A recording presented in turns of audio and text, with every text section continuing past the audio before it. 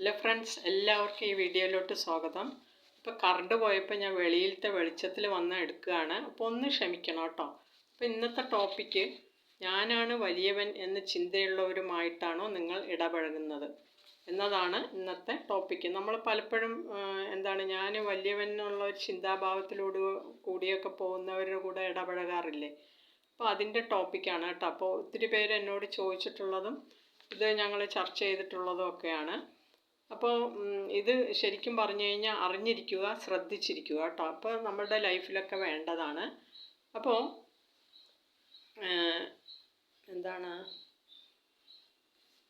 ശരിക്കും പറഞ്ഞാൽ ഈ ചിന്ത ഒരു നാസിസം, ഇങ്ങനെയുള്ള ചിന്തയുള്ളവർക്ക്, അതായത് ഞാനാണ് വലിയവൻ എന്ന മോഹഭാവത്തോടു കൂടിയൊക്കെ നടക്കില്ലേ. അപ്പോൾ അങ്ങനെയുള്ളവർ ശരിക്കും പറഞ്ഞാൽ ഈ ചിന്ത ഒരു നാസിസം എന്ന് വേണമെങ്കിൽ പറയാം. അമിതമായ സ്വയം സ്നേഹത്തിൽ മുഴുകി അവനവനോട് തന്നെ സ്വയം ഇഷ്ടം തോന്നുകയും പ്രാധാന്യം തോന്നുകയും മറ്റുള്ളവരെ തീരെ വില കൽപ്പിക്കാതെ ഇരിക്കുകയും ചെയ്യുന്നവരാണ് ഈ നാസിസം എന്ന് പറയുന്നത്. അതിൽപ്പെടും ഞാൻ ഈ മുകളിൽ പറഞ്ഞ ടോപ്പിക്ക്. ഞാൻ വലിയവനാണ് എന്ന മുഖഭാവവും ചിന്തയൊക്കെ വെച്ചിട്ട് നടക്കുന്നവർ കേട്ടോ. അപ്പോൾ ഇതൊരു എക്സാമ്പിളായി ഞാൻ പറഞ്ഞിട്ട് പിന്നെയും കുറച്ചും കൂടി കാര്യങ്ങൾ ഇങ്ങനെ ചിന്തയുള്ളവർക്കുള്ള ഒരു സൊല്യൂഷനും പറഞ്ഞു തരാം. അപ്പോൾ ഈ ഒരു ചെറിയ എക്സാമ്പിളായി പറഞ്ഞാൽ, ഈ നാസിസം എന്ന് പറയുന്നത് തന്നെ ഒരു റോമൻ വാക്കിൽ നിന്ന് വന്നതാണ്. ഇതൊരു കവിതാ സമാഹാരത്തിനോട് ഉപമിക്കാം.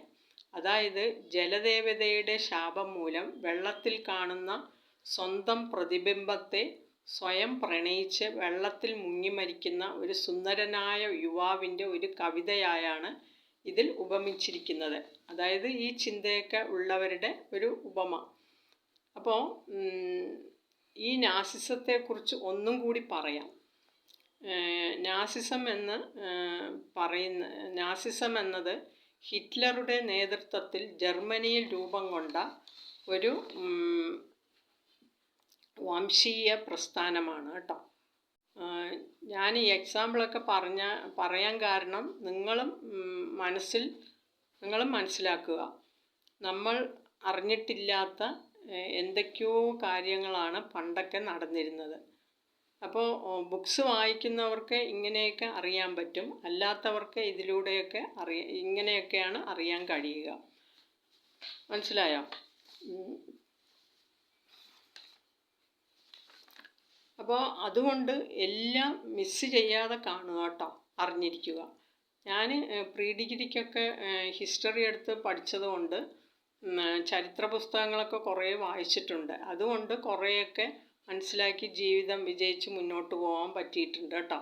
അപ്പോൾ അത് ചോദിക്കുന്നവർക്കൊക്കെ ഞാൻ പല ടോപ്പിക്കുകളും ഇങ്ങനെ പറഞ്ഞു കൊടുക്കാറുണ്ട്. അപ്പോൾ നിങ്ങൾക്ക് ഷെയർ ചെയ്ത് തരുന്നതാണ്. അപ്പോൾ എക്സാമ്പിളൊക്കെ ഞാൻ ഒരുവിധം പറഞ്ഞു. അപ്പോൾ ഞാനത് കുറച്ച് കാര്യങ്ങൾ ഇങ്ങനെയുള്ളവരുടെ സ്വഭാവം ഞാൻ പറഞ്ഞു തരാം, അതിൻ്റെ സൊല്യൂഷനും പറയാം.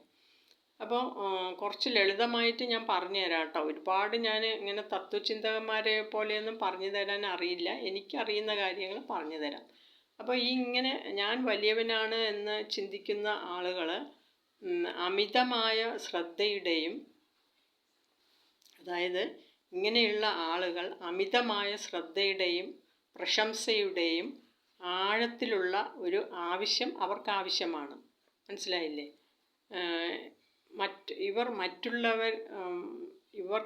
ഇവർക്ക് മറ്റുള്ളവർ ശ്രദ്ധിക്കപ്പെടണം, മറ്റുള്ളവർ അവരെ ആകർഷിക്കണം, മറ്റുള്ളവർ അവരെ ഫേസ് ചെയ്യണം, മറ്റുള്ളവർ അവരുടെ പുറകെ നടക്കണം. ചിലവർ വിചാരിക്കില്ലേ നമ്മളുടെ പുറകിൽ തന്നെ അവർ വാലാട്ടി വരണം എന്നൊക്കെ, അതൊക്കെയാണ് പുറകെ നടക്കണം എന്ന ധാരണയാണ് അവർക്ക് എപ്പോഴും ഉണ്ടാവുക. ഇവർ മറ്റുള്ളവരോട് സംസാരിക്കുമ്പോൾ അത് ആത്മവിശ്വാസം അവർക്ക് ഉള്ളിലുണ്ടെങ്കിലും വേറൊരു മുഖം കൂടിയായിരിക്കും അവർ കാണിക്കുക. സ്വയം അങ്ങനെ ആകും. അതായത് ഞാൻ വലിയവൻ എന്നുള്ള ഒരു ചിന്തയുള്ള ആൾ അവരുടെ മനസ്സിൽ നല്ലൊരു ആത്മവിശ്വാസം ഉണ്ടെങ്കിലും അവരുടെ വേറൊരു മുഖം മൂടിയായിരിക്കും പുറത്ത് കാണിക്കുക, അവർക്കുണ്ടാവുക. അതുപോലെ അവരുടെ മുമ്പിൽ വെച്ച് മറ്റൊരാൾ ഫേസ് ചെയ്യുന്നതോ അവർക്ക് നമ്മൾ മറുപടി കൊടുക്കുന്നതോ അവർക്കൊരു ഭയങ്കര ബുദ്ധിമുട്ടുള്ള കാര്യമാണ്.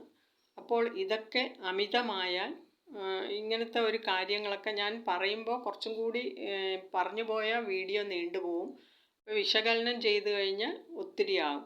അപ്പോൾ നിങ്ങൾക്ക് ബോറടിക്കുക. അപ്പോൾ ഇങ്ങനെയൊക്കെ ഞാൻ കുറച്ചൊക്കെ പറഞ്ഞത് മനസ്സിലാക്കി. അത് അമിതമായാൽ ഇങ്ങനെ ചിലവരൊക്കെ സൈക്കാട്രിസ്റ്റിൻ്റെ അടുത്തൊക്കെ പോകുന്നവരുണ്ട്. അതായത് ഭാര്യയ്ക്ക് ചിലപ്പോൾ കൂടുതലായിരിക്കും, കുട്ടികൾക്ക് ചിലപ്പോൾ കൂടുതലായിരിക്കും, ചിലപ്പോൾ ഭർത്താവിന് കുറച്ച് കൂടുതലായിരിക്കും കേട്ടോ. അപ്പോൾ അങ്ങനെയൊക്കെ ഉണ്ടെങ്കിൽ ഒരു മെൻ്റൽ ഡോക്ടറെ കാണുക, സൈക്കാട്രിസ്റ്റിനെ കാണുക, അല്ലെ കൗൺസിലിംഗ് നടത്തുക. ഇത് എന്നോടൊക്കെ കുറച്ച് പേര് ചോദിച്ചിട്ടുള്ളവരാണ്, ഇങ്ങനെയൊക്കെ ഉണ്ട് എന്ത് ചെയ്യാൻ.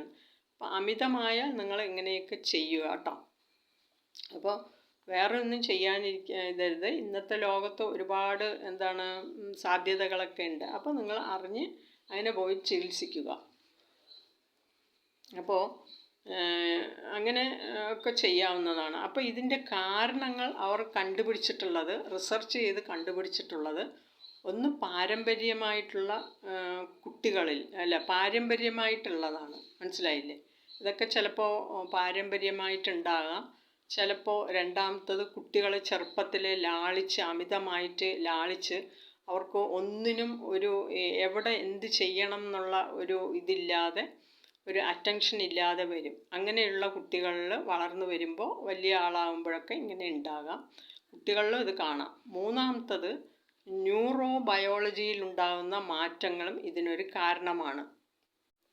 അതായത് എനിക്ക് അങ്ങനെ വിശകലനം ചെയ്യാനൊന്നും പറ്റില്ല. ഞാനിങ്ങനെ വായിച്ചിട്ടൊക്കെ ഉള്ളത് കൊണ്ടാണ് കേട്ടോ, മനസ്സിലാക്കിയിട്ടുള്ളത് കൊണ്ടാണ്. ഇപ്പം ന്യൂറോ ബയോളജിയിൽ വരുന്ന മാറ്റങ്ങൾ കാരണങ്ങളാണ്. അതായത് ന്യൂറോ ബയോളജി നമ്മളുടെ ശാസ്ത്രീയമായിട്ടുള്ള ആ ഒരു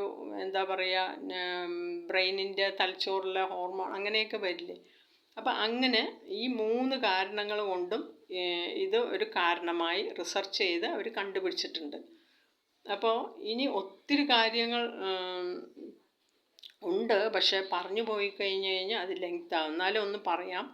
ഒന്ന്, മറ്റൊരാളെ മുതലെടുക്കുക, കളിയാക്കുക, താഴ്ത്തിക്കെട്ടുക, ഇടയ്ക്കിടയ്ക്ക് ക്ഷീണം തോന്നുക, ഡിപ്രഷൻ വരിക, പിന്നെന്താണ്,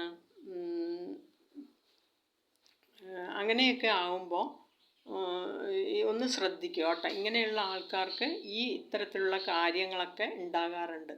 അതായത് മറ്റൊരാളെ ഒരു നാണവും കൂടാതെ മുതലെടുക്കും.